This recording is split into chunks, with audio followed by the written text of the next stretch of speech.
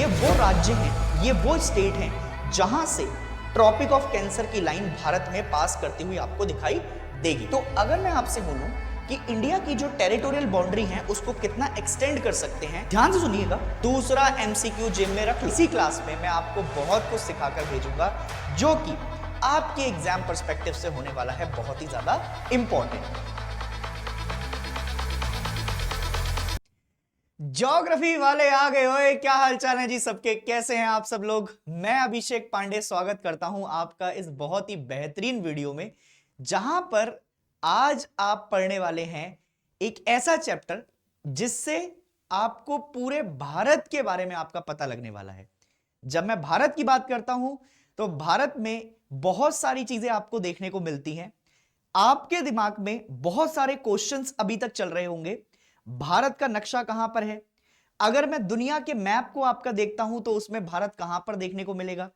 भारत अगर मैं आपका देखता हूं तो कहां पर उसकी लोकेशन है, उसके अंदर क्या क्या देखने को मिलता है। क्या वहां पर आपका डेजर्ट है, क्या वहां पर आपका पहाड़ है, क्या वहां पर नदियां हैं, कैसे आपका नदी जाती है, कहां कहां से पास हो रही है, कौन कौन से आपका कोस्टल रीजन है। इन सभी के बारे में अगर जानना है तो मित्र आज क्लास में आपका बैठना पड़ेगा। और अपने को मालूम है ना रे बाबा कि अपन एक क्लास में आपका सारी चीजें पढ़ डालते हैं। तो आप आज आपका बैठिए क्लास के अंदर और इसी क्लास में मैं आपको बहुत कुछ सिखाकर भेजूंगा जो कि आपके एग्जाम पर्सपेक्टिव से होने वाला है बहुत ही ज्यादा इंपॉर्टेंट। तो सर कॉपी पेन लेके बैठिएगा। आज जो टॉपिक है उसका नाम है इंडिया एंड इट्स लोकेशन। शुरू करते हैं बिल्कुल बेस से। अगर मैं थोड़ा सा आपका बेस तैयार करूं आपका, तो दो चार चीजें आपके समझ में आनी चाहिए। सबसे पहली इंपॉर्टेंट चीज जो है वो ये समझ में आनी चाहिए आपको कि सर जो इंडिया है आपका, इसके पर्सपेक्टिव से, जैसे अगर आप दुनिया देखते हो, आपको मैं अगर एक मैप दे दूं, एक पूरा मैप अगर आपको दे के रखता हूं, तो उस मैप में आपको दो चीजें समझ में आएंगी कि सर इसकी लोकेशन कहां पर है। अच्छा, अगर वर्ल्ड लोकेशन के हिसाब से आपका दिखाऊं तो वर्ल्ड लोकेशन के हिसाब से मान लो एग्जाम्पल के तौर पर मैंने आपका सबसे पहले दो चीजें आपका रखी। जैसे अगर ये आपके पास पूरा ग्लोब है, ठीक है, ये पूरा ग्लोब है आपके पास, तो इस ग्लोब में मैं आपका पूरी दुनिया को दो पार्ट में डिवाइड करता हूं। ठीक है, कितने पार्ट में डिवाइड किया मैंने? दो पार्ट में। अगर मैं इसको ऐसे डिवाइड कर दूं, एक पार्ट आपका नॉर्थ है, एक पार्ट आपका साउथ है, एक ईस्ट है और एक वेस्ट है, तो इस लोकेशन को जहां से ये लाइन खींची गई है इसको भी तुम चार पार्ट में डिवाइड करो। ये नॉर्थ आ गया, ये साउथ आ गया, ये ईस्टर्न पार्ट है और ये वेस्टर्न पार्ट है। ठीक है, अगर तुम इसके इधर चलोगे तो यहां पर तुमको दो इंपॉर्टेंट आपका कॉन्टिनेंट्स दिखाई दे रहे हैं। पहला जो कॉन्टिनेंट आपको दिखाई दे रहा है इसका नाम है नॉर्थ अमेरिका। ठीक है, इसके अलावा एक दूसरा कॉन्टिनेंट आपको दिखाई दे रहा है जिसका नाम है साउथ अमेरिका। अब अगर तीसरे कॉन्टिनेंट की तरफ लेकर चलूं तो वो दोनों पार्ट में लाई कर रहा है, वो वेस्टर्न में भी है और ईस्टर्न में भी है, इसको कहते हैं अफ्रीका। इसके अलावा अगर और ऊपर जाओगे तो एक और कॉन्टिनेंट है जिसको कहते हैं यूरोप, और इसके साथ एक कॉन्टिनेंट जुड़ा हुआ है जिसको कहते हैं एशिया। इन दोनों को मिलाकर कभी कभार एक और भी नाम दिया जाता है जो कि आप सुनने को मिलता है, नाम है यूरेशिया। ठीक है, एक और छोटा सा आपका कॉन्टिनेंट, इधर आएंगे तो आपको ऑस्ट्रेलिया देखने को मिल जाता है, नीचे की तरफ जाएंगे तो आपको अंटार्कटिका भी देखने को मिलेगा। ऐसे ही अलग अलग आपके पास ओशियंस हैं। ओशियंस में अगर आप देखते हैं तो आपके नॉर्थ अमेरिका के ये जो वेस्टर्न पार्ट है यहां पर नॉर्थ पैसिफिक ओशियन देखने को मिलता है, और अगर ईस्टर्न पार्ट में जाएंगे तो यहां पर नॉर्थ अटलांटिक ओशियन आपको दिखाई देता है। अगर साउथ अमेरिका के आपका वेस्टर्न पार्ट में जाते हैं तो यहां पर साउथ पैसिफिक, और अगर इसके ईस्ट में जाते हैं तो यहां पर साउथ अटलांटिक। अफ्रीका के अगर आप आते हैं ईस्टर्न पार्ट की तरफ तो यहां पर सनी देवल आपका ओशन दिखाई देता है। सनी देवल क्यों? भारी भरकम है और आपका बहुत ही बड़ा है, तो बिल्कुल एकदम इसको कहते हैं आपका इंडियन ओशन। अगर ऑस्ट्रेलिया के साथ जाओगे तो ऑस्ट्रेलिया के अगर आप जाते रहेंगे ईस्टर्न पार्ट की तरफ तो यहां पर आपको दिखाई देंगे आपका कौन से ओशियंस? पैसिफिक वाले ओशियन। मेरे हिसाब से आपकी ये लोकेशन आपको समझ में आई। अब इसी लोकेशन में आपको प्यारा भारत ढूंढना है, तो प्यारा भारत जो कॉन्टिनेंट में लाई करता है वो करता है एशिया के अंदर। ठीक है, तो पहला क्वेश्चन अगर कल को तुम्हारे पेपर के अंदर तुम्हारी मैडम या सर तुमसे पूछते हैं कि कौन से कॉन्टिनेंट का हिस्सा है आपका इंडिया, तो उसका मतलब है कि India is a part of Asia continent. क्या पहली बात समझ में आई? एक नंबर का एमसीक्यू रख लिया, एक नंबर का एमसीक्यू उठाओ और जेब में रख लो। इसको लेके चलते रहो, जेब में डालना है अपने, है ना। एमसीक्यू और आपका जितने भी क्वेश्चन है उनको जेब में डालते चलो, ठीक है। पहला एमसीक्यू अपनी जेब में डाल लो। अब दूसरी बात सुनो, ये जो अलग अलग आपके इतने सारे आपका नंबर लिख रखे हैं, ये नंबर कहां से आए, कैसे डेवलप्ड हुए, इन नंबरों के बारे में जरा थोड़ी सी मैं तुमको जानकारी देता हूं। इन नंबरों को लैटिट्यूड और लॉन्गिट्यूड से आपका डिफाइन करते हैं। अब ये लैटिट्यूड कैसे हैं और लॉन्गिट्यूड कैसे हैं, इन चीजों को अगर मैं तुमको समझाऊं तो तुमको पहले सबसे पहले यह समझ में आना चाहिए कि जो पूरी पृथ्वी है, उस पूरी पृथ्वी का अगर मैं मान लो ऐसे कर कर एक आपका ये पूरा गोला बना दूं, तो इस पूरे सर्कल का जो आपका एंगल बनेगा दैट शुड बी आपका 360 डिग्री। मतलब ये अगर आपका डिनोट करेगा तो ये कितना जा सकता है, 360 जा सकता है, ठीक है। और अर्थ दो तरीके से आपका बिहेव करती है, एक तो आपका अर्थ के अंदर होता है रोटेशन और दूसरा होता है आपका रेवोल्यूशन। जब मैं रेवोल्यूशन के बारे में बात करता हूं तो रेवोल्यूशन का मतलब है कि हमारी जो पृथ्वी है वो सूरज के चारों ओर आपका परिक्रमा लगा रही है, ठीक है।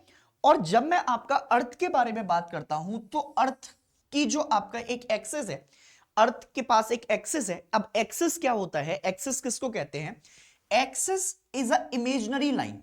कैसी इमेजिनरी लाइन, ये एक ऐसी इमेजिनरी लाइन है जो कि हमने आपका बनाई है अपने पर्सपेक्टिव से, और इस इमेजिनरी लाइन को कनेक्ट करा जाता है 90 डिग्री नॉर्थ से और 90 डिग्री साउथ की तरफ, ठीक है। तो एक एक्सिस अगर कभी भी तुमसे पूछे कि व्हाट इज एक्सिस, तो axis is nothing but it is line that connects 90 degree north and 90 degree south.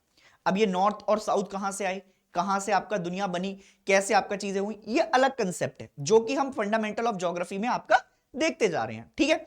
अब जरा सुनिएगा, अगर मैं आपसे फिर से बोलूं कि ये जो पूरा आपका एक ग्लोब है, इस अर्थ के अगर अर्थ अपने ही आपका एक्सिस पर एक कंप्लीट रोटेशन ले रही है, तो तुमको पता होना चाहिए कि अर्थ का एक कंप्लीट रोटेशन जो होता है वो होता है 24 आवर्स में। कितने आवर्स में होता है, 24 आवर्स में। अब अगर एक कंप्लीट सर्कल 360 डिग्री का है और अर्थ का जो रोटेशन है वो 24 घंटे का है, तो सर इससे मुझे क्या पता लग रहा है, इससे मुझे यह पता लग रहा है कि अगर मैं इसको काटा पीटी करूं, अगर मैं इसकी काटा पीटी कर दूं और इसकी काटा पीटी करने के बाद मेरे पास जो आपका एक एंगल निकल कर आया, वो एंगल आया 360 डिग्री का, और यहां से आपके पास एक 24 घंटे का आपका रोटेशन हो गया। इसकी काटा पीटी करेंगे तो ये लगभग लगभग 2 ही एकम 2 और 2 दूनी 4, 2 ही एकम 2, 2 अट्ठे 16 और 0, 2 से काटेंगे तो 180, 360 को, और यहां पर काटेंगे तो 12, ठीक है। इसको फिर से काट लो, 2 चिंग 12, इसको फिर से काट दो 90, ठीक है। इसको फिर से काटो, 2 तिया 6 और इसको फिर से काटो आपका 45। अब 3 के टेबल में 45 आपका आता है, हाँ बिल्कुल आता है। कैसे आएगा, ऐसे 3 एकम 3 और 3 पंजे 15, ऐसे नहीं कि डायरेक्ट 3 के टेबल में आपका 45 आ गया, तो पहाड़ ही खत्म हो जाएगा 10 पे जाके, ठीक है। तो ऐसे कर कर मुझे एक बात पता लगी कि मेरे 1 घंटे के अंदर, 1 आवर के अंदर मेरे पास टोटल जो डिग्री है वो है 15 डिग्री। अब ये 15 डिग्री अगर मेरे पास आपका आती है तो इसका मतलब ये हो गया कि अगर मेरे पास एक ग्लोब है, तो अगर मैं ग्लोब की आपका रोटेशन चेंज करता हूं, ये रोटेशन अगर मैं आपका चेंज कर रहा हूं, ये रोटेशन अगर मेरी चेंज हो रही है, मान लो इस रोटेशन को अगर मैं चेंज कर रहा हूं, तो जैसे ही मैं इसके आपका 15 डिग्री घुमाऊंगा, जैसे ही मैं इसके 15 डिग्री आगे करता हूं, इसका मतलब है जिस प्लेस से मैं चला था और जहां 15 डिग्री मैंने आगे कर दिया, तो इन दोनों प्लेसेस के बीच में 1 घंटे का डिफरेंस आ जाएगा। क्या यह बात समझ में आई या नहीं आई, दोबारा बोलता हूं। एक प्लेस है ए, एक प्लेस है ए और एक प्लेस है आपका बी। अगर मुझे ए प्लेस से आपका बी प्लेस तक जाना है और इसमें 15 डिग्री का आपका एक रोटेशन हो रहा है अर्थ का, तो इसका मतलब यह है कि अगर 15 डिग्री अर्थ आपका रोटेट की है, तो दोनों प्लेसेस के बीच में, दोनों प्लेसेस के बीच में मेरे पास आपका जो टाइम आएगा वो 1 घंटे का डिफरेंस हो जाएगा। अगर यहां पर 12 बज रहे थे तो ऐसा हो सकता है कि यहां पर आपको 1 बजता हुआ दिखाई देगा। एक डिफरेंस पहला आपका समझ में आ गया, क्यों अर्थ का रोटेशन आपका बहुत जरूरी है, क्यों अर्थ के आपका रोटेशन से चीजें आती हैं। दूसरा जो क्वेश्चन आपका यहीं से आपको समझ में आना चाहिए वो ये आना चाहिए सर कि ये जो लाइन आपकी लिखी हुई है, इन लाइन का बड़ा महत्व है आपकी जिंदगी में। ऐसे ही नहीं कह रहा हूं हवाबाजी में, इनको समझाता हूं मैं। देखो, हमने ना अर्थ को आपका समझने के लिए कुछ इमेजिनरी लाइंस आपका ड्रॉ की हैं। अब ये इमेजिनरी लाइंस कैसे आपका निकल कर आएंगी? इन इमेजिनरी लाइंस में सबसे पहले एक आपका इमेजिनरी लाइन है 0 डिग्री, ठीक है। इमेजिनरी लाइन के दूसरी आपका जो इमेजिनरी लाइन है वो है 23.5 डिग्री। अगर मैं 23.5 डिग्री आपका यहां रख दूं एक लाइन, और एक 23.5 डिग्री आपका लाइन यहां पर रख दूं, ठीक है। इसके बाद जो एक और लाइन आपको निकल कर आ रही है वो आ रही है सर आपके पास 66 डिग्री, ठीक है। और एक ऐसी ही लाइन आपका जो है बेसिकली यहां पर निकल कर आ रही है 66 डिग्री। और उसके अलावा अगर आप और आगे जाते हो, मान लो मेरा मन कर रहा है कि मैं आपका और तबाही मचाऊंगा, मचाओ, कोई दिक्कत वाली बात नहीं है। एक ही आपका 90 डिग्री एंगल यहां पे बना दो और एक 90 डिग्री एंगल यहां पर मचा दो, ठीक है। देख देख देख देख कैसे खुश हो रहा है ये, समझ रहे हो मेरी बात? कि लाइनें बना रहा मास्टर आपका जो है ना, मास्टर लाइनें बना रहा। तूने ही बनानी है भाई, ऐसा नहीं है कि आपका मैं अकेले बनाऊंगा, तुझे भी आपका लाइनें बनानी है ना। तो देख मेरे भाई, अब जरा यहां से ध्यान से देखियो, अगर ये अर्थ है 0 डिग्री है तो इसके तौर पर ये पूरा जो इलाका है ये डिवाइड हो गया आपका नदर्न हेमिस्फीयर में, इसको कहेंगे नदर्न हेमिस्फीयर। और ये वाला जो इलाका है इसको कहेंगे सदर्न हेमिस्फीयर। दो बातें समझ में आई? ऊपर वाला इलाका जो है ये कौन सा है? Northern hemisphere. और नीचे वाला इलाका कौन सा हो गया? Southern hemisphere. अब अगर मैं अर्थ के आपका यहां पर अगर मैं सूर्य मामा रख दूं, ये सूर्य देवता आपका आ गए, और सूर्य देवता अपनी बिल्कुल आपका स्माइल करती हुई फेस से बढ़िया आपका लाइटनिंग कर रहे हैं इस वाले इलाके में, ठीक है।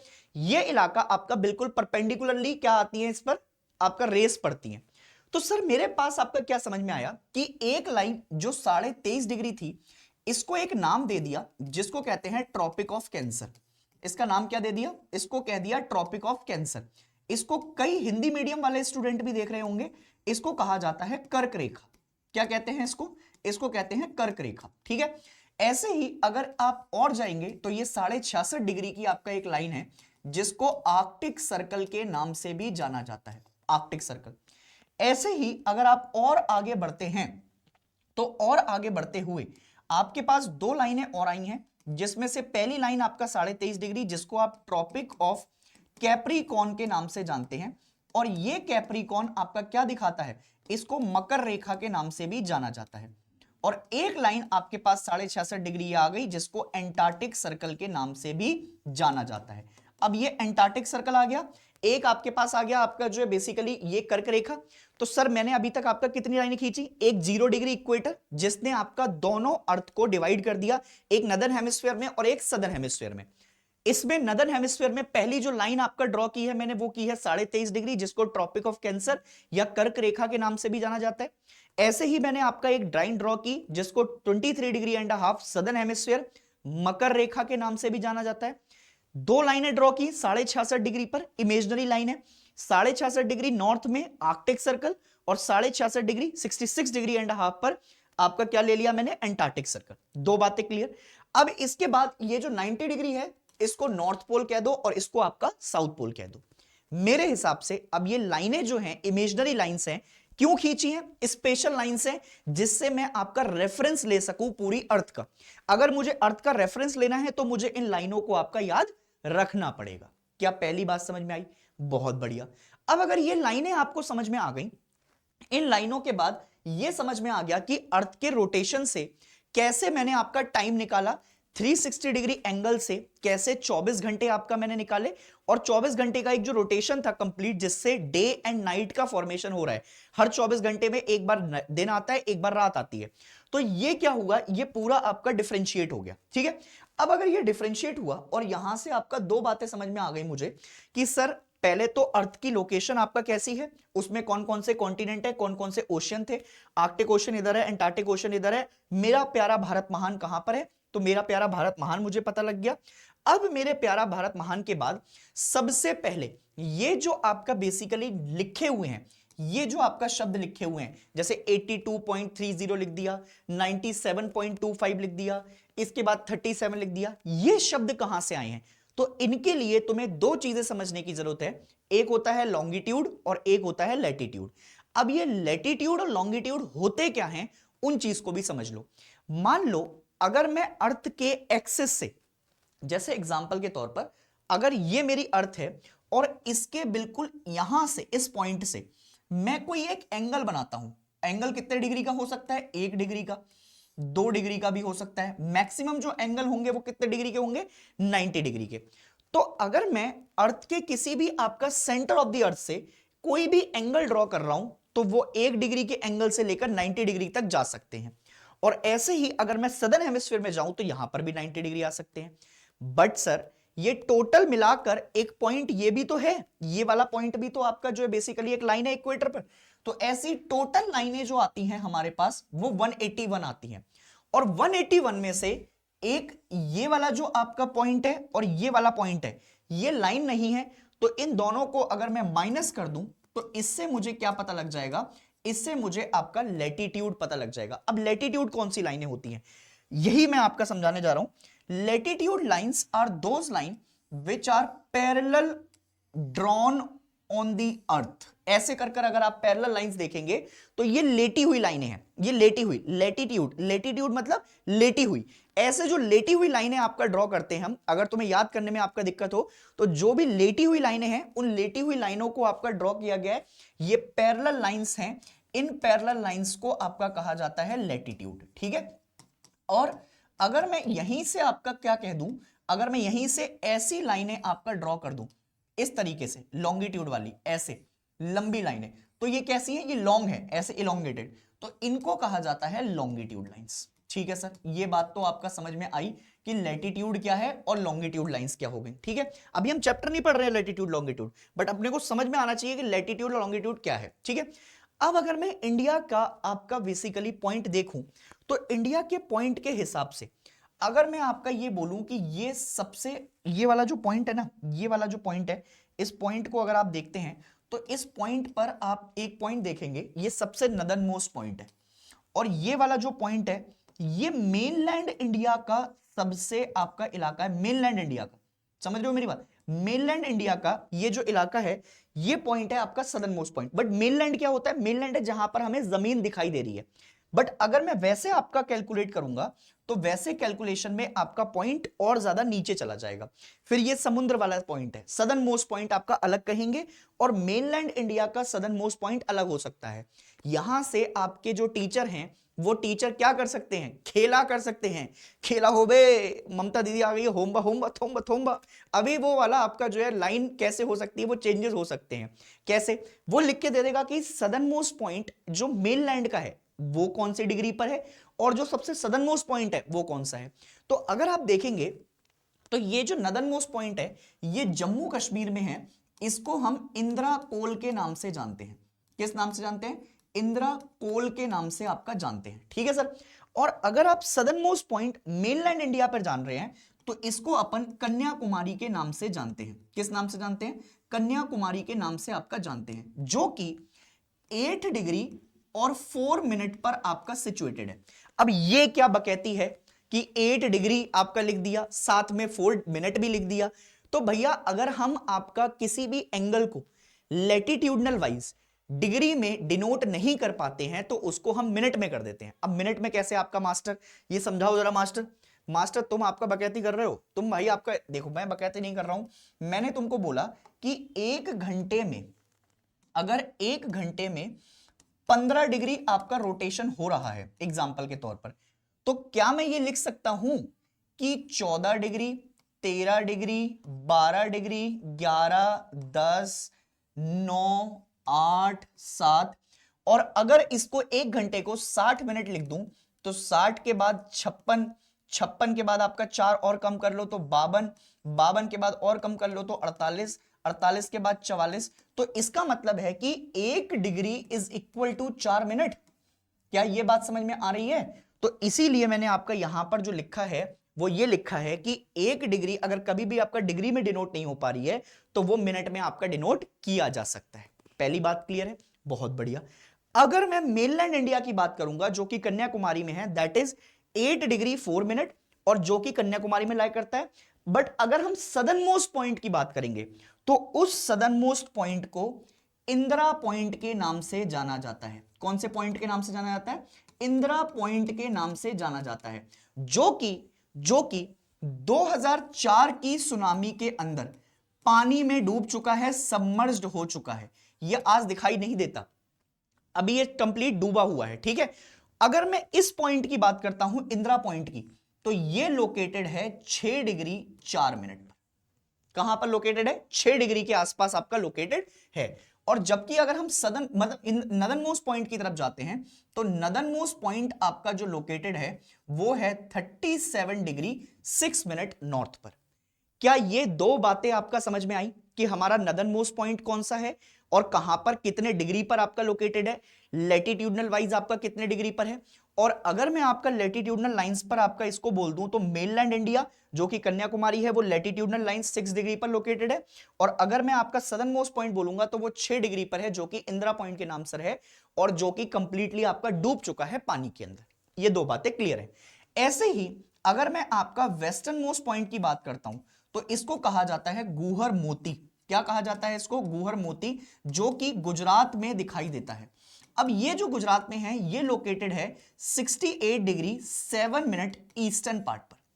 और अगर मैं आपका यहां पर जाता हूं, ये वाला जो पॉइंट है जिसको अपन ईस्टर्न मोस्ट पॉइंट के नाम से भी जानते हैं, तो ये ईस्टर्न मोस्ट पॉइंट कहलाता है किबीथू।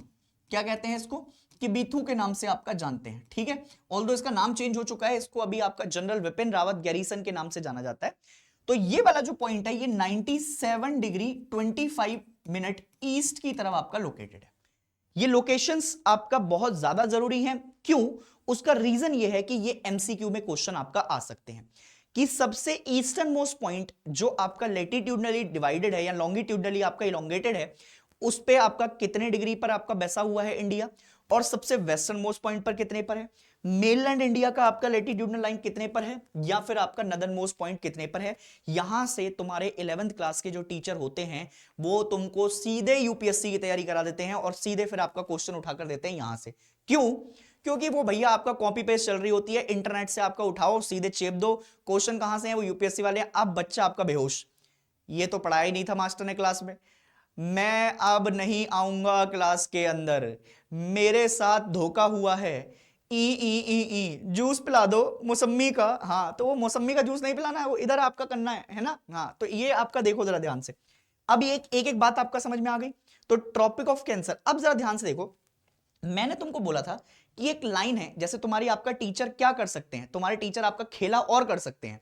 वो कहेंगे कि अभी जो एक लाइन है आपका मास्टर आपने खींच के बताई थी, ये वाली जो ट्रॉपिक ऑफ कैंसर लाइन है नॉर्थ वाली, क्या ये इंडिया से पास हो रही है? हाँ, तो बिल्कुल हो रही है। तो अगर ये ट्रॉपिक ऑफ कैंसर आपका पास हो रही है 23.5 डिग्री, तो अगर मैं तुमसे बोलूं कि भाई अगर 23.5 डिग्री इंडिया से पास होती हुई जा रही है एग्जाम्पल के तौर पर, तो कौन कौन सी आपका बेसिकली स्टेट है जो इस पर गिरती हुई दिखाई देंगी? तो ट्रिक आपका याद मैं करवाता हूं तुमको। ठंड का जमाना चल रहा है और मुझे पीनी है गरम चाय, और गरम चाय मैं आपका मोहतरमा के साथ पीऊंगा। मोहतरमा जो हैं उनको मैं जी कहकर संबोधित करता हूं, जी, ठीक है। अब यहां तक मोहतरमा तो सही चल रही थी, बट बीच में आपका एक वीआईपी इंसान आ गए, उनके भाई साहब जो कि मेरे आपका लगे, नहीं वो नहीं बोल पाऊंगा मैं, इसको आपका क्या कहते हैं, इनको, इनका नाम है WTM, ठीक है। तो अब जरा देखिएगा, अब अगर मैं वेस्टर्न साइड से और ईस्टर्न साइड की तरफ चलूं और सबसे पहले आपका देखूं, तो सबसे पहली जो स्टेट है उसको कहते हैं गुजरात, दूसरी स्टेट जो है उसको कहते हैं राजस्थान, तीसरी स्टेट जो है उसको कहते हैं मध्य प्रदेश। समझ रहे हैं आप मेरी बात? मध्य प्रदेश। चौथी स्टेट की तरफ चलोगे तो ये मेरा स्टाइल है लिखने का, छत्तीसगढ़ कहते हैं इसको, ठीक है, छत्तीसगढ़। फिर जो आपका नेक्स्ट स्टेट आएगी उसको कहते हैं झारखंड। झारखंड के बाद आप नेक्स्ट स्टेट की तरफ चलेंगे तो यहां पर लिखा हुआ मिलेगा वेस्ट बंगाल। वेस्ट बंगाल के बाद एक और स्टेट है जिसको कहते हैं त्रिपुरा, और त्रिपुरा के अलावा एक स्टेट है आपके पास मिजोरम, ठीक है सर। तो ये सर अगर आप देखते हैं ये वो राज्य हैं, ये वो स्टेट हैं जहां से ट्रॉपिक ऑफ कैंसर की लाइन भारत में पास करती हुई आपको दिखाई देगी। अब अगर ये ट्रॉपिक ऑफ कैंसर की लाइन आपका पास करती हुई आपको दिखाई दे रही है, समझ रहे हो मेरी बात, और ये जो आपका बिल्कुल कुर्सी के पीछे ऐसे हाथ रख के बैठे हुए हैं, मास्टर पढ़ाई चल रही है, पर उसके साथ साथ अभी थोड़ी देर पहले श्रुति का मैसेज आ गया था, मैं भटक गया हूं और फिर से आपकी क्लास थोड़ी देर बाद आपका ज्वाइन करता हूं। नहीं भैया, श्रुति आपका कहीं नहीं जाएगी, श्रुति यहीं रहेगी। पर श्रुति से ज्यादा इंपॉर्टेंट इस टाइम पे मास्टर है, क्योंकि 2 महीने बाद पेपर है। और अभी अगर तुमने नहीं पढ़ाई की तो फिर श्रुति कहेगी जूस नहीं पीऊंगी तुम्हारे साथ, जूस पिला दो। अब कौन सा जूस, किसी और के साथ, ठीक है। तो बेटा पढ़ाई करनी है इधर, है ना। तो ये देखो, ये वाली आपका जो लाइनें हैं इनको याद रखना है। ये भी क्वेश्चन आपका पूछा जा सकता है, विश्वास रखो। चैप्टर से जो जो इंपॉर्टेंट पॉइंट बता रहा हूं, अगर लीकर्स बोला है तो पेपर लीक पूरा होगा। ऐसा हवाबाजी में आपका पेपर लीक नहीं करेंगे, पूरा पेपर लीक करेंगे, ठीक है। तो इन लाइनों को आपका क्या करना है, इन लाइनों को आपका याद रखना है। कौन कौन सी स्टेट पास हो रही है वो याद रखनी है, और साथ में आपकी ट्रिक, ट्रीक याद रखनी है। ट्रीक, टिरीक, ट्रिक नहीं है वो, टिरीक है सर, ट्रीक, टिरीक, ट्रीक याद रखनी है, ट्रीक, समझ रहे हो। हाँ, तो ट्रीक याद रखो, ठीक। अब सर अगर ये बात आपका समझ में आ गई है, तो सर अगर मैं ऐसे आपका नॉर्थ से साउथ की तरफ जाता हूं, तो यहां पर जो इंडिया है वो है 3214 किलोमीटर। और अगर वेस्टर्न से ईस्टर्न की तरफ जाता हूं तो आपका यहां पर जो किलोमीटर्स में है वो है 2933 किलोमीटर्स, ठीक है। ये इंडिया का इलोंगेशन हो गया, ठीक है सर। अब अगर ये इंडिया का इलोंगेशन हो गया है तो इसके बाद अब ये मैंने तुमको बता दिया कौन कौन सी लाइनें पास हो रही हैं। अब यहां से तुम देखोगे तो तुम्हारे लिए सब कुछ आपका लिखा हुआ है। मेनलैंड ऑफ इंडिया जो आपका एक्सटेंड करता है वो कश्मीर से कन्याकुमारी तक करता है, जो कि आपका नॉर्थ से साउथ तक है। कितने किलोमीटर है, तो है 3214 किलोमीटर, ठीक है, 3214 किलोमीटर। अगर वो आपका बात करें अरुणाचल प्रदेश से गुजरात की, जो कि आपका वेस्ट से ईस्ट की तरफ जा रहा है, तो कितना है 2933 किलोमीटर। ये भी क्वेश्चन आपका पूछ सकते हैं, ठीक है।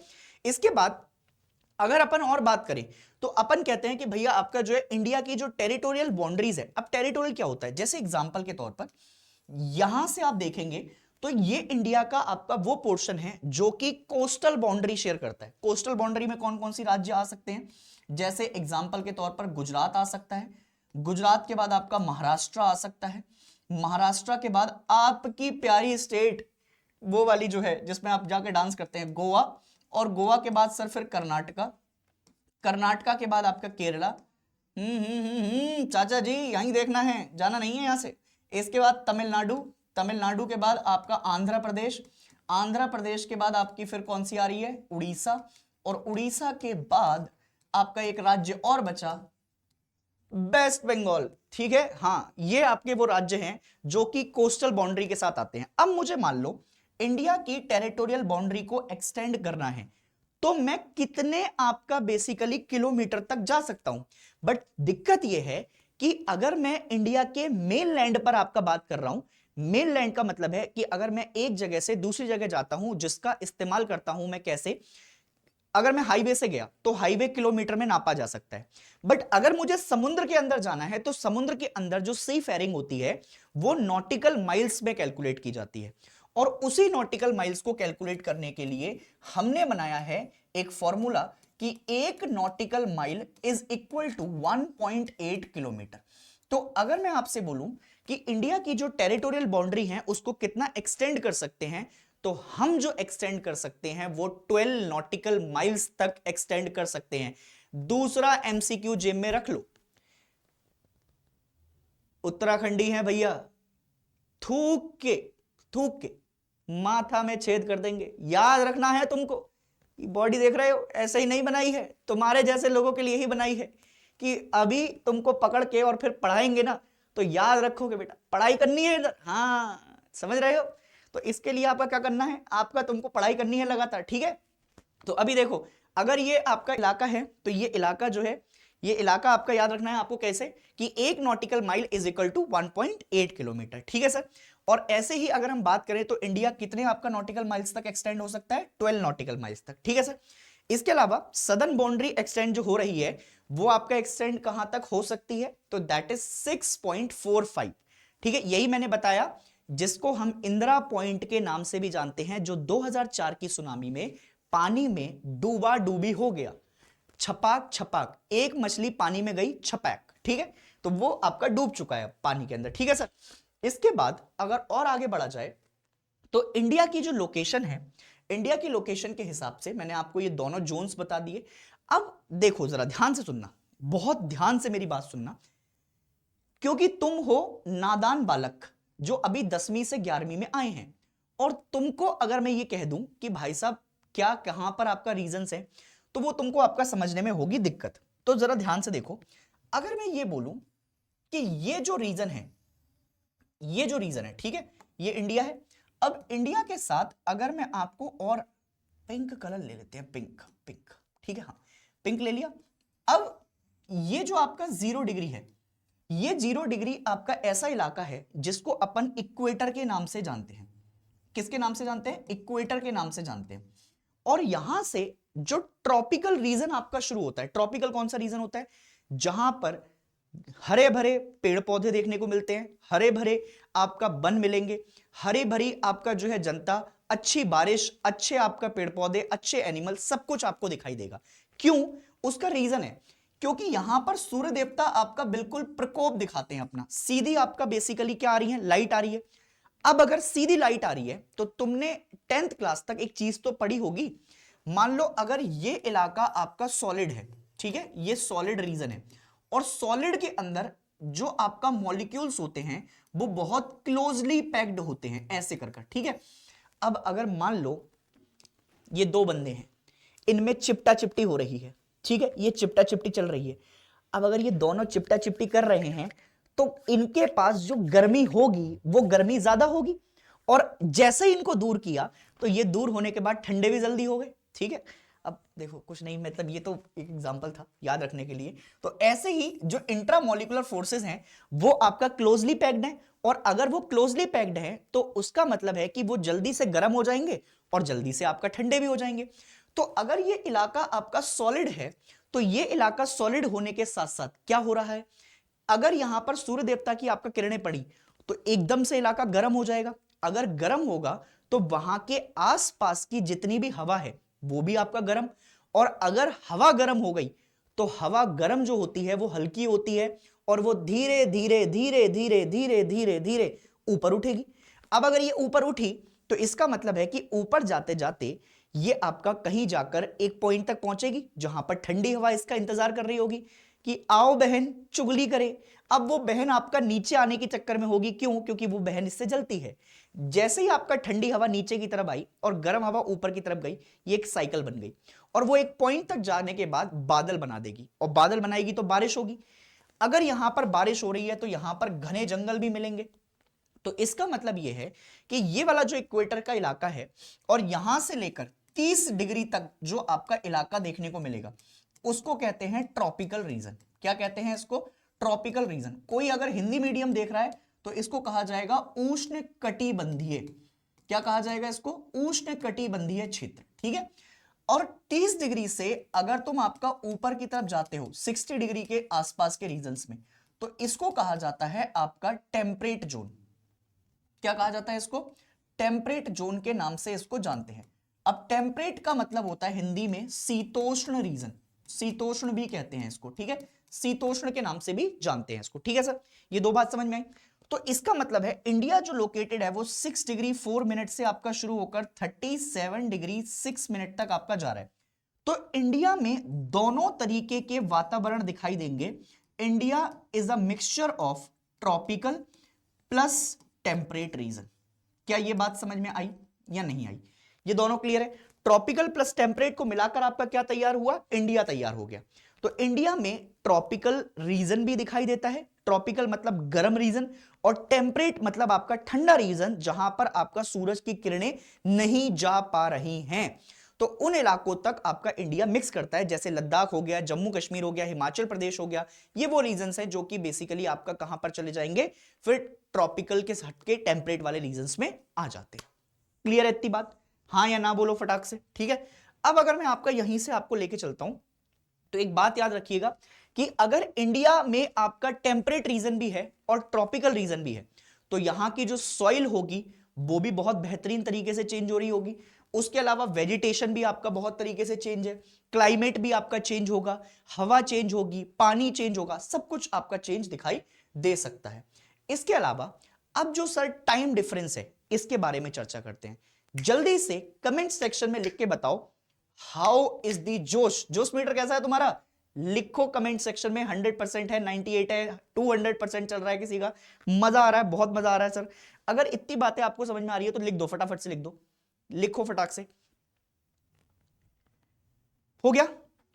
इतनी बात समझ में आ गई? क्लियर है इतनी कहानी? चलो बहुत बढ़िया। अब अगर इतनी कहानी तुमको समझ में आ गई है तो हम एक कंट्री है, मान लो एक आपका जो है तुम्हारी फेवरेट कंट्री रशिया की बात कर लेते। आई आई बाइगन का कह रहा हूं मास्टर, रशिया ले गए। रशिया की तरफ अगर हम चलते हैं तो रशिया की तरफ जाते हुए अब इतना बड़ा रशिया है, समझ रहे हो मेरी बात? और इतने बड़े रशिया में अगर हम आपका वहां पर देखते हैं तो उस रशिया के अंदर एक साथ आपका ट्रेड करने में, बाकी सारी चीजों को आपका फॉलो करने में बहुत दिक्कत हो सकती है। तो उसी के लिए टाइम जोन्स बनाए जाते हैं। क्या बनाए जाते हैं? टाइम जोन्स, कि एक जगह का, एक कंट्री का एक टाइम जोन होना चाहिए या एक पर्टिकुलर प्लेस का एक टाइम जोन होना चाहिए। कि अगर मैं अरुणाचल प्रदेश में आपका टाइम देख रहा हूं और गुजरात में टाइम देख रहा हूं तो दोनों का टाइम एक जैसा होना चाहिए। उससे मुझे आसानी होती है ट्रेड करने में, समय देखने में, उठने में, कामकाज करने में, एडमिनिस्ट्रेशन देखने में, बाकी सारी चीजों में भी मदद मुझे मिलती है। ठीक है, तो ये सारी चीजें आपका टाइम जोन्स पर डिफाइन होती हैं। बट अगर मैं आपका बात करूं कि लगभग जो आपका बेसिकली इधर वाला साइड है जिसको हम अरुणाचल प्रदेश कहते हैं और इधर जो आपका बेसिकली गुजरात वाला इलाका है, इन दोनों के बीच में लगभग लगभग 30 डिग्री तक के आपका टाइम डिफरेंस का, या 30 डिग्री आपका जो बेसिकली लैटिट्यूड आपका एक्सपेंशन है वो देखने को मिलता है। तो इसका मतलब है कि अरुणाचल प्रदेश और गुजरात के बीच में लगभग आपका 2 घंटे का टाइम डिफरेंस देखने को मिलेगा। क्यों? 30 डिग्री है तो 30 डिग्री के हिसाब से आपका कितना एक्सपेंशन हो गया? 15 डिग्री में 1 घंटा टाइम डिफरेंस, 30 डिग्री में 2 घंटा टाइम डिफरेंस। तो अगर अरुणाचल प्रदेश में सूरज उगता है आपका 6 बजे तो इसका मतलब है कि यहां तक आपका गाड़ी पहुंचते पहुंचते 2 घंटे का आपका टाइम डिफरेंस, तो यहां पर आपका मान लो 8 बजे तक की आपका गाड़ी आ सकती है। क्या बात समझ में आई या नहीं आई? क्लियर है इतनी बात? तो यही आपका होता है टाइम डिफरेंस। टाइम डिफरेंस मतलब आपका जो है बेसिकली नियरली 30 डिग्री तक आपका जाता है और नियरली 2 आवर्स का टाइम डिफरेंस है ईस्टर्न मोस्ट पॉइंट और वेस्टर्न मोस्ट पॉइंट के अंदर। क्लियर है सर? और इसी से हम टाइम डिफरेंस आपका डिवाइड करते हैं। अब जैसे एग्जांपल के तौर पर अंग्रेज आए और अंग्रेजों ने अपने यहां पर आपका, क्योंकि उनको दिखाना था कि हम ही आपका क्या है, हम ही है, सबका बदला लेगा रे तेरा फैजल, माँ का, बाप का, सबका बदला लेगा तेरा फैजल। तो उनको दिखाना था कि अपनी सुप्रीमेसी है, अपन सुप्रीम है, इसीलिए वो लॉर्ड लूड लगाते थे अपने नाम के आगे।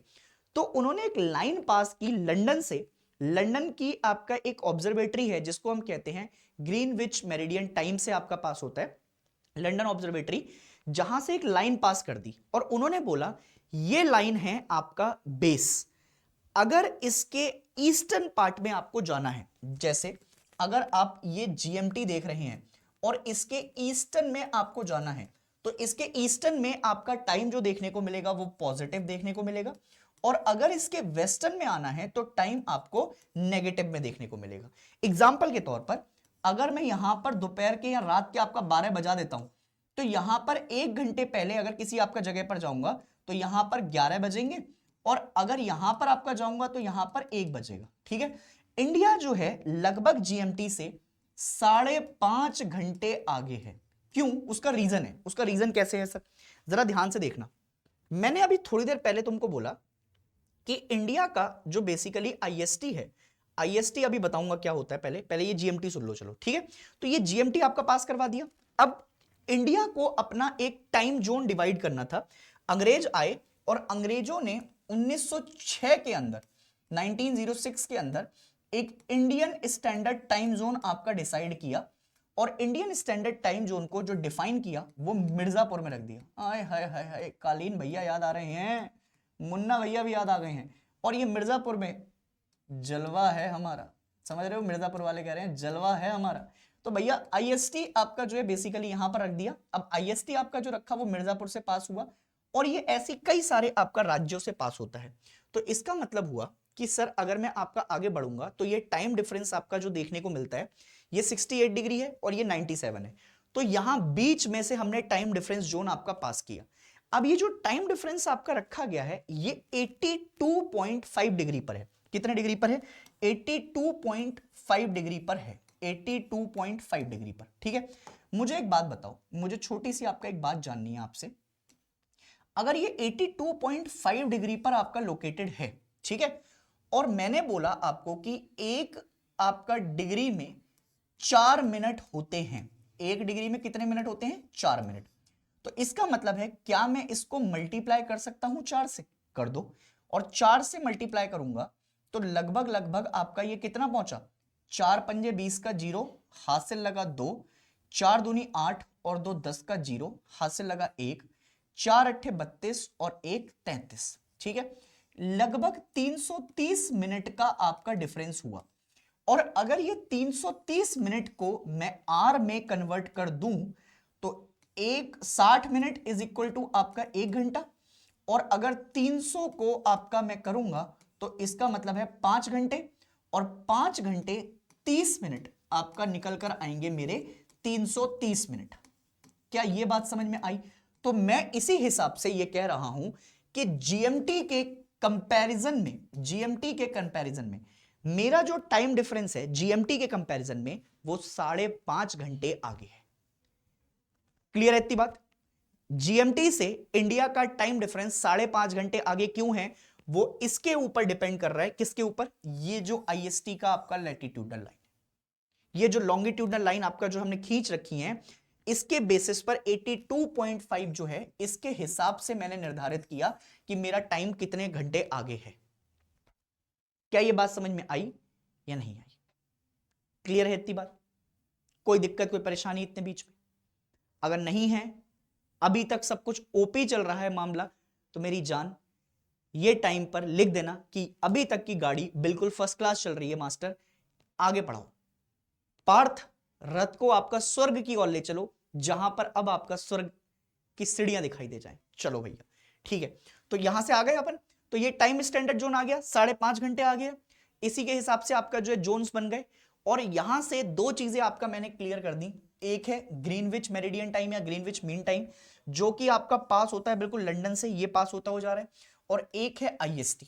अब तुम्हारे टीचर थोड़े तेज हो गए हैं आजकल, समझ रहे हो मेरी बात? तो तुम्हारे टीचर आपका जो तेज हैं, खेला कर देते हैं वो क्लास के अंदर, खेला होवे। तो भैया उन्होंने पूछ लिया कल को तुमसे कि जो इंडिया का आईएसटी है, इंडिया के आईएसटी को आपका याद करने के लिए, इंडिया के आईएसटी को याद करने के लिए कि वो कौन कौन से स्टेट से पास होता हुआ जाता है, उसकी आपका बता दो कि कौन सा राज्य पास नहीं होता है। और उन्होंने एमसीक्यू में दे दिया। तो तुम भी आपका जो है पांडे जी के स्टूडेंट हो, तुमने बोला यूपी को आजकल कोमा में भेज देंगे, साइकिल पंचर कर देंगे, और योगी आदित्यनाथ आपका बढ़िया चल रहे हैं वहां पर, देख रहे हैं। तो यूपी कोमा में भेजा। तो सबसे पहले तो आपका एक स्टेट है यूपी, दूसरा स्टेट है आपका छत्तीसगढ़, छत्तीसगढ़ के बाद तीसरा आपका राज्य है उड़ीसा, उड़ीसा के बाद आपका एक राज्य है मध्य प्रदेश, और मध्य प्रदेश के बाद आपका आंध्र प्रदेश। ये वो राज्य हैं जहां से आईएसटी पास होता हुआ जाता है। तो यूपी आपका आजकल कोमा में है क्योंकि आपका वहां पर इलेक्शन चल रहे हैं, ठीक है। हैंग हो गया है सिस्टम। एलवेश भाई के सामने कोई बोल सकता है कि पांडे जी के सामने कोई बोल सकता है कि वही वाला हिसाब है, ठीक है। तो भाई ये आपका वो राज्य है जहां से आपका आईएसटी पास हो रहा है। ऐसे ही अगर आपको देखना है तो तुम आपका वैसे तो जा नहीं पा रहे हो, पर वो सुबह सुबह आपका तुम उठे सो के, हेलो मम्मी आज सामने आपका मैं स्पेन में गया था, आज तो बढ़िया बढ़िया आपका मैं चीजें देख रहा था, पर वो जैसे मम्मी ने थप्पड़ मारा, इधर से पड़ा इधर से रिएक्शन, आहा ये क्या है, ये तो आपका सब इंडिया में आ गया हूं मैं, घर में आपका दिखाई दे रहा हूँ ला ला, ठीक है। अब उठ गए। तो भैया तुम सपने में आपका कहाँ गए थे? तो भैया तुम सपने में गए थे आपका फ्रांस। कहाँ गए थे? फ्रांस। तो आज तुम सब आपका फ्रांस पहुंच चुके हो। तो तुम सब कहाँ गए थे? फ्रांस गए थे। यही आपका याद करने का तरीका है कि तुम सब जब फ्रांस पहुंचे तो टी से टोगो, और टोगो के अलावा आपका यू से यूनाइटेड किंगडम, यूनाइटेड किंगडम के अलावा एम से माली। क्या पहुंच गए? माली। ऐसे ही आपका एस से स्पेन, उसके बाद अल्जीरिया, और फिर आपका बुर्किना फासो, और फिर तुम फ्रांस पहुंच गए, और फ्रांस के बाद आपका जो है तुम घाना में आपका चले गए। तो ये वो राज्य हैं, वो मतलब कंट्रीज हैं जहां से आपका क्या पास होता है? जीएमटी पास होता है। उम्मीद करता हूं कि यहां तक तुम सब मेरे साथ हो। अभी तक गाड़ी आपका समझ में आ रही है, चल रही है अभी तक माहौल। जीएमटी कहां से पास हो रहा है, आईएसटी कहां से पास हो रहा है, इतनी आपका चीजें क्लियर है। अब अगर इंडिया की आपका वर्ल्ड के साथ कंपैरिजन करें अपन, तो इंडिया का जो एरिया है ना वो लगभग 3.28 मिलियन स्क्वायर किलोमीटर में डिवाइडेड है। ठीक है। अगर मैं आपका देखूं तो लगभग पूरी दुनिया का 2.4% ऑफ द सरफेस लैंड का जो एरिया है वो लगभग 2.4% आपका कवर करता है, ठीक है। और अगर देखें तो पूरे विश्व में हमारा 7वां नंबर है एरिया वाइज। अब इसको डिफाइन करने के लिए एरिया वाइज जो अपन जाते हैं तो सबसे नंबर 1 कौन है? रशिया, दूसरा कनाडा, तीसरा United state, China, Brazil, Australia. ये वो 6 राज्य हैं जिसमें आपका एरिया वाइज सबसे ज्यादा आपका क्या है? एक एरिया का कलेक्शन है। और 7वें नंबर पर कौन आता है? अपना प्यारा भारत। तो ये पहले के 6 राज्य हैं जहां पर एरिया, लैंड एरिया जो है वो ज्यादा है। और उसके बाद आपका 7वें नंबर पर कौन आता है? भारत आता है, प्यारा भारत, यहां पर आप देख सकते हैं, ठीक है। इसके बाद पॉपुलेशन के हिसाब से तो मतलब समझ रहे हो ना तुम? हाँ, 48 लाख शादियां हो रही है नवंबर दिसंबर में, तो अब मैं कुछ नहीं बोलूंगा, ठीक है। मैं बोलूंगा तो विवाद हो जाएगा, ठीक है। तो भैया पॉपुलेशन आपका हिसाब से अपन 2024 की रैंकिंग के हिसाब से नंबर 1 की आपका तरफ जा चुके हैं, ठीक है। अब इंडिया का साइज अगर देखें तो इंडिया का साइज अगर देखते हैं तो इंडिया के साइज आपका जो डिपेंडेंट है वो अलग अलग चीजों से आपका मिलकर तैयार हुआ है। जैसे एग्जांपल के तौर पर हमको माउंटेन्स भी देखने को मिलते हैं, रिवर्स भी देखने को मिलते हैं, फॉरेस्ट हिल्स भी हैं, प्लेट्यूज भी हैं, डेजर्ट भी हैं। कहां कहां पर हैं, कैसे कैसे हैं, जरा देखो।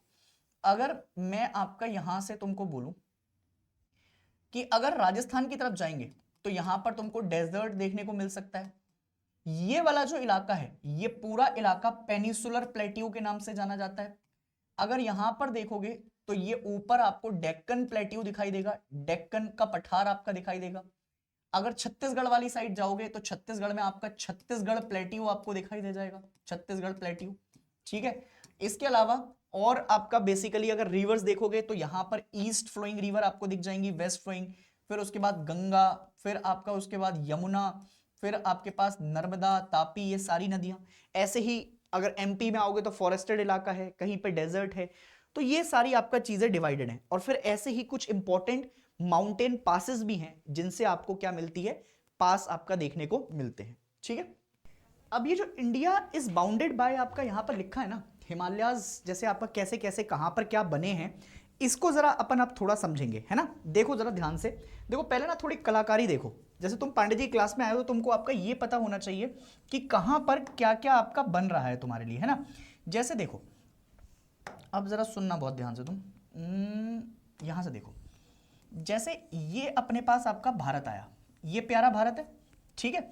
अब इस प्यारे भारत में अगर तुम आपका चलते जाते हो, ठीक है, ये तुम आए प्यारे भारत में, तो ये वाला जो लोकेशन है ना इंडिया का, इसको हम कहते हैं आपका हिमालयास। क्या कहते हैं हम इसको? हिमालयास के नाम से जानते हैं। अगर तुम यहीं से आपका जाना शुरू करोगे और ये एक लोकेशन आपका आएगी इंडिया की तरफ, ठीक है। अब ये जो इंडिया की तरफ लोकेशन आ रही है तो यहां पर बहुत अलग अलग आपका रेंजेस देखने को मिलेंगी। अफगानिस्तान से चलकर जब तुम आते हो इंडिया की तरफ तो ये जो वाले माउंटेन्स रहते हैं ना, ये वाले जो माउंटेन्स हैं, इसको हिंदकुश माउंटेन्स के नाम से जाना जाता है। कौन से माउंटेन से जाना जाता है? हिंदकुश माउंटेन से। तो तुम्हें देखो जरा, सबसे पहले क्या समझ में आया कि एक तो हमारे पास आपका हिमालयाज है, और हिमालयाज को भी वैसे ना फर्दर डिस्ट्रीब्यूट किया जा सकता है फिजियोग्राफी के बेसिस पर। अगर मैं इसको फर्दर डिवाइड करना चाहूं ना तो ये ऐसे भी टूट सकता है। सबसे पहले आता है ट्रांस हिमालयाज, फिर आता है आपका ग्रेट हिमालयाज, और ग्रेट के बाद फिर आप चलेंगे तो आपके पास और देखने को मिलेगा मिडिल हिमालयाज। मिडिल हिमालयाज के बाद और आपका जाओगे डिटेल में तो तुम्हारे पास आ जाएगा लेसर हिमालयाज, तो यहीं पे आ जाएगा, और यहां पर आप शिवालिक भी लिख सकते हो, ठीक है। तो ये फिजियोग्राफी के हिसाब से आप हिमालयाज को तोड़ सकते हो। अब जैसे मैंने आपसे कहा कि sir India is bounded by, तो देखो जरा, सबसे नॉर्थ में आपको क्या दिखाई दे रहा है? सबसे नॉर्थ में आपको हिमालयाज दिखाई दे रहे हैं, बिल्कुल नदर्न मोस्ट पार्ट में। इसके बाद अगर मैं आपसे बात करूं कि नॉर्थ वेस्टर्न पार्ट पे क्या दिखाई देगा, तो नॉर्थ वेस्टर्न पार्ट पे 2 माउंटेन रेंजेस दिखाई देती हैं। एक दिखाई देती है हिंदकुश और एक दिखाई देती है सुलेमान रेंजेस। ये बेसिकली आपका पाकिस्तान वाली साइड भी आपको दिखाई देंगी। तो ये तो हमारा बेटा ही है, कोई दिक्कत वाली बात नहीं है, बाप बेटे का रिश्ता है हमारा। इसके बाद आपका अगर तुम चलोगे तो नॉर्थ ईस्ट की तरफ चलो। अब जरा ध्यान से देखिएगा, जिन बच्चों ने आपका बेसिकली थोड़ा बहुत पढ़ा हुआ है, और अगर तुम देखोगे ध्यान से, ये वाला जो इलाका है, यहां से यहां पे एक मैंने आपका तुमको ट्विस्ट भी बताया था पहले की क्लास में। एक मेरे घर के पड़ोस में आपका एक आंटी रहती है, उसको अपन क्या कहते हैं? अरुणा मामी। समझ रहे हो मेरी बात? तो ये वाला जो पूरा रीजन है ना, ये वाला, ये पूरा जो रीजन है, इस वाले रीजन में, इसको अपन आपका कहते हैं पूर्वांचल। क्या कहते हैं इसको? पूर्वांचल के नाम से आपका जाना जाता है। और अगर तुम इसको पूर्वांचल कहते हो तो ये भी हिमालयास का ही पार्ट है। उसका रीजन क्यों है, जब हिमालयास आते हैं तो हिमालयास आकर यहां से आपका बेंड करते हैं, और ये जो बेंड होकर आपका पूरा यहां पर आपका पार्ट बना, ये पूर्वांचल हिमालयास का पार्ट है। ठीक है, तो मैंने अभी तक क्या क्या समझाया। सबसे पहले मैंने आपका दो बातें बोली कि हिमालयास जो है वो नॉर्थ में आपका कनेक्टेड है। अगर आप नॉर्थ वेस्टर्न वाली साइड जाते हो तो हिंदकुश और सुलेमान रेंजेस हैं। अगर तुम आते हो आपका नॉर्थ ईस्टर्न वाली साइड तो तुमको क्या दिखाई देता है, तो तुमको दिखाई देता है आपका पूर्वांचल। और अगर तुम आपका देखते हो सदर्न मोस्ट वाली साइड, ये वाली साइड, तो यहां पर ओशियन ही ओशियन है। एक तरफ आपको बे ऑफ बंगाल दिखाई देता है और एक तरफ आपको क्या दिखाई देता है, अरेबियन सी। और ये पूरा आपका कौन सा ओशियन है, इंडियन ओशियन है। ठीक है, तो एक तरीके से अगर मैं बात करूं तो ये जो पूरा इंडियन सब कॉन्टिनेंट है, ये अलग अलग फिजियोग्राफी से आपका मिलकर बना हुआ है।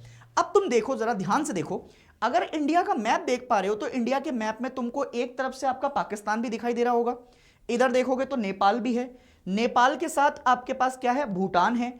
ये वाली साइड जो है जिसको मैंने अभी बनाया था यहां पर, ये वाली जो साइड है ये पूरी म्यांमार से आपका कनेक्टेड है। समझ रहे हो मेरी बात, ये किससे कनेक्टेड है, म्यांमार से। और इसके साथ अगर तुम यहां पर आ जाओगे तो ये वाला जो रीजन है ये बांग्लादेश कहलाता है। क्या कहलाता है ये बांग्लादेश कहलाता है। और बांग्लादेश वो कंट्री है जो कि इंडिया के साथ सबसे लॉन्गेस्ट बाउंड्री शेयर करती है।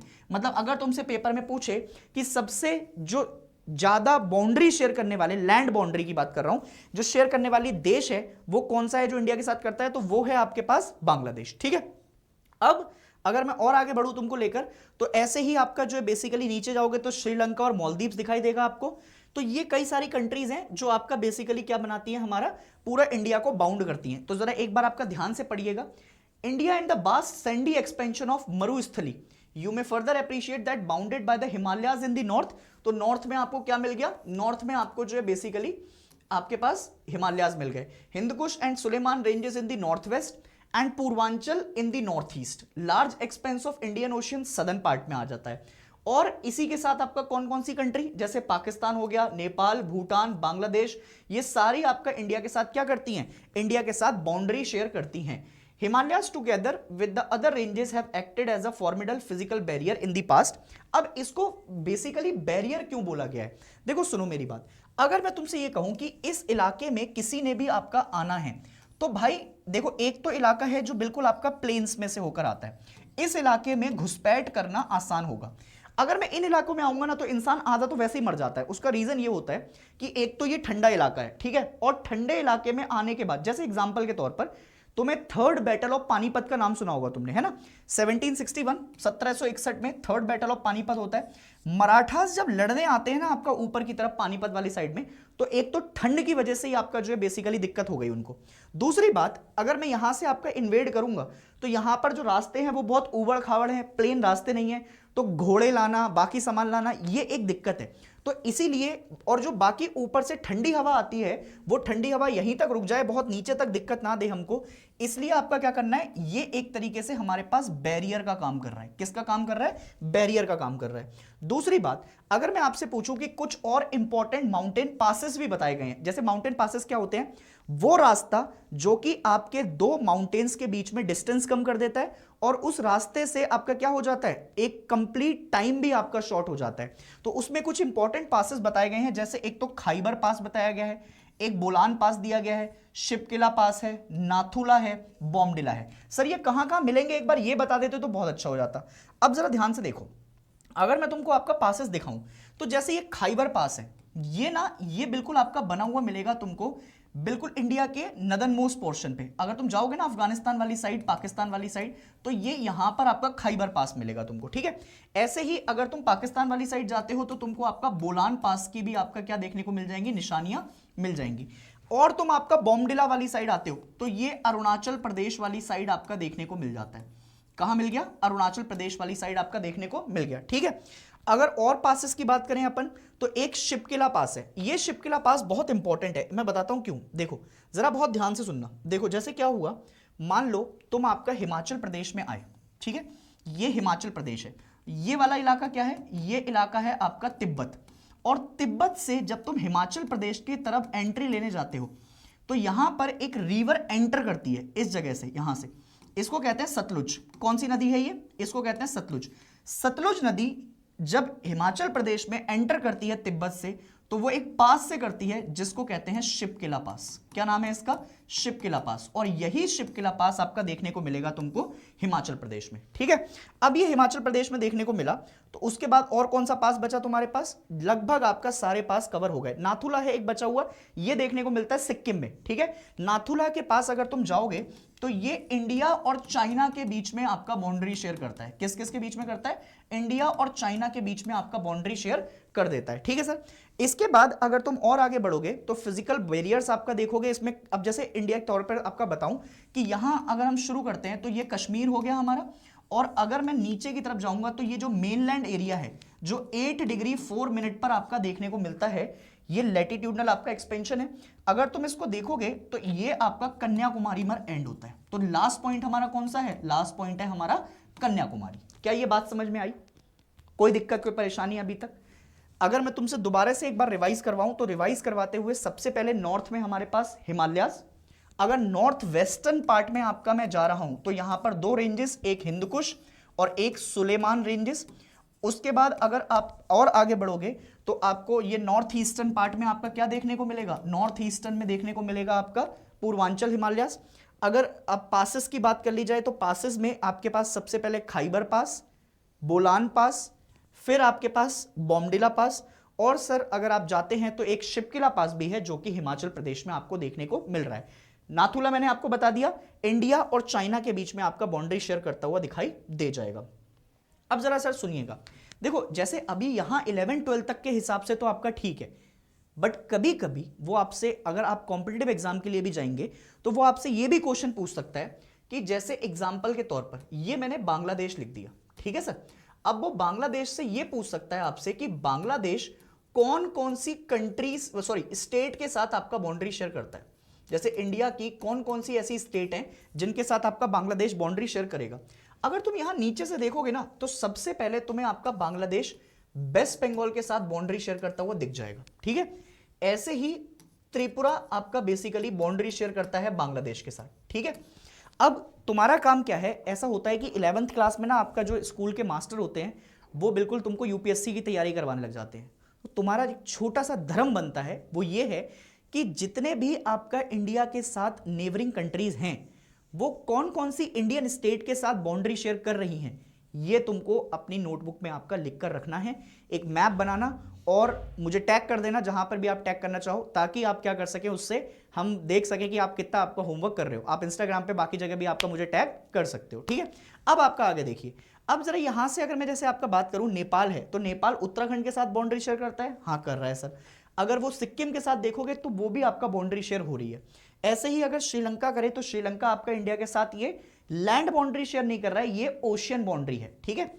अब मैं आपसे पूछूं कि ये आपका ओशियंस है तो ये आपका कहां से पार्ट में डिवाइड हुआ? 2 arms extended from bay of Bengal and Arabian सी।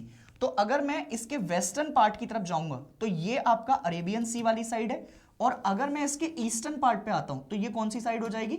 ये बे ऑफ बंगाल वाली साइड आपको देखने को मिलेगी, ठीक है। इसके अलावा श्रीलंका और मालदीव्स, ये 2 ऐसी कंट्रीज हैं जो कि अगर आप देखोगे तो ये ओशन बाउंड्री शेयर करती हैं। और तुम्हें पता होगा कि मैक्सिमम हमारी जो आपका कंट्री है वो कहां तक एक्सटेंड कर सकती है ओशन बाउंड्री? 12 नॉटिकल माइल्स तक। 1 नॉटिकल माइल्स में आपका कितने होते हैं? इज इक्वल टू 1.8 किलोमीटर, ठीक है सर। तो ये आपका एक्सटेंशन आपका जा सकता है, ठीक है सर। अब अगर आप देखेंगे तो एक और चीज आपका सुनिएगा, बहुत प्यारी सी, एक शब्द आता है स्ट्रेट, STRAIT। ये क्या बीमारी है? इसको क्या कहते हो भैया? कहां से आया? स्ट्रेट क्या है पहले ये समझाओ। देखो जरा ध्यान से, ये आपका इंडिया रहा और यहां पर आपका श्रीलंका है, ठीक है। इन दोनों के बीच में एक आपका लैंडमास एरिया है, ठीक है, जो इनको कनेक्ट करता है। ध्यान से सुनिएगा, any part which connects 2 land masses, ऐसा कोई भी हिस्सा जो जमीन के 2 हिस्सों को आपका कनेक्ट करने का काम करता है, इस पार्ट को कहा जाता है स्ट्रेट। अब तुमसे पूछे कि इंडिया और श्रीलंका के बीच में कौन सी स्ट्रेट आपका दिखाई देती है, तो तुम बताओगे सर ये दिखाती है पॉक स्ट्रेट। कौन सी स्टेट दिखाई देगी? पॉक स्टेट आपका दिखाई देगी। तो अगर तुमसे कल को पूछा जाए कि इंडिया और श्रीलंका के बीच में कौन सी स्टेट है, तो पॉक स्टेट, और उसके और नीचे की तरफ चले जाओगे तो तुमको गल्फ ऑफ मन्नार भी दिखाई देगा। सर याद रखिएगा, गल्फ ऑफ मन्नार का जो रीजन है ना, ये जो गल्फ ऑफ मन्नार है, ये कोरल रीफ्स के लिए बहुत ज्यादा फेमस है। कोरल रीफ आप वैसे तो आपका बायो में भी पढ़ते हो, एनवायरमेंट में भी पढ़ते हो, बट ये ना जो समुद्र होता है, समुद्र में ऑक्सीजन का सबसे बड़ा स्रोत होता है। अगर तुम सोर्स पूछोगे सबसे ज्यादा आपका ऑक्सीजन कहां से मिलती है, तो कोरल रीफ से आती है। और कोरल रीफ आपका बेसिकली जहां जहां मिलेंगे वहां पर डाइवर्सिटी और समुद्र की जो आपका बायोडाइवर्सिटी है वो बहुत अच्छी देखने को मिलती है। ठीक है, अब आगे बढ़ते हैं। अब जरा ध्यान से देखो, अगर यहां तक तुम्हारी बात क्लियर हो गई है तो लैंड नेबरिंग कंट्रीज आपका, जैसे इंडिया की तरफ जा रहे हैं अपन, तो एक तो सबसे पहले पाकिस्तान कहां पर मिलेगी? नॉर्थ वेस्टर्न पार्ट में। अफगानिस्तान बिल्कुल आपका जो है बेसिकली नॉर्थ वेस्टर्न पार्ट की तरफ भी चले जाओ। चाइना जो आपका बाउंड्री है, अगर जैसे इंडिया के साथ आपका मैं यहां पर आपका बना दूं इंडिया, ठीक है, तो ये वाला जो साइड है ये पूरा आपका चाइना वाली तरफ चला जाएगा। ठीक है, इसके अलावा अगर बांग्लादेश देखोगे तो अभी मैंने तुमको बताया था, नेपाल बेसिकली दो जगह से, एक तो उत्तराखंड आपका शेयर कर रहा है बाउंड्री, वैसे तो आपका बिहार वाली साइड भी नेपाल से बाउंड्री शेयर करती है, और सिक्किम भी आपका टच कर रहा है इसके साथ बाउंड्री। ठीक है सर, इसके अलावा भूटान हो गया, उसके अलावा म्यांमार हो गया। ठीक है सर, और इसके बाद जब आप देखेंगे तो यहां पर आपका ये पूरा एक चैप्टर क्या होता है? समराइज होता है। ठीक है सर, अगर उम्मीद करता हूं कि अगर ये आपकी पूरी कहानी आपको समझ में आई है तो आप एक पूरी आपका इंडिया की लोकेशन के हिसाब से कहां कहां पर क्या क्या है, क्या क्या चीजें आपका उसमें देखने को मिली हैं, वो आप समझ पाए होंगे और इनको नोट भी आपने किया होगा। ये मैपिंग पार्ट है, बट इस मैपिंग से आप ये मान लो कि आपकी आगे तक की नींव बहुत ज्यादा उम्मीद आपकी पूरी हो जाएंगी। समझ रहे हैं आप मेरी बात? तो मैं ये मानता हूं कि अगर आप इस चीजों को आपका कवर करके बैठे हैं तो बहुत सारी चीजें आपकी जो है खत्म हो गई होंगी अभी तक। तो हमने अभी तक 2 चैप्टर आपके कंप्लीट किए हैं। ठीक है, और ये आपका एक टॉपिक जो सेकंड बुक का पहला चैप्टर है वो भी हमारा बाइंड अप हो चुका है। ठीक है, अब जैसे आपका जाते जाते एक छोटी सी आपका चंद लाइनें हैं तुम्हारे लिए। ठीक है, वो कहते हैं कि अभी तो संघर्ष का समय है, अभी तो संघर्ष का समय है, अभी तुम्हें चुप रहना है, अभी तो संघर्ष का समय है, अभी तुम्हें चुप रहना है। मैंने बहुत कुछ पाया है, मैंने बहुत कुछ पाया है मेहनत के साथ, ये तुम्हें तब कहना है जब तुम्हारी सफलता तुम्हारे साथ आ जाएगी। ठीक है, तो उम्मीद करते हैं कि आपका जो है ये सेशन आपको पसंद आया होगा, और अगर सेशन पसंद आया तो कमेंट सेक्शन में जरूर लिखकर बताइएगा। तब तक के लिए अपना ध्यान रखें। जय हिंद एवरीवन।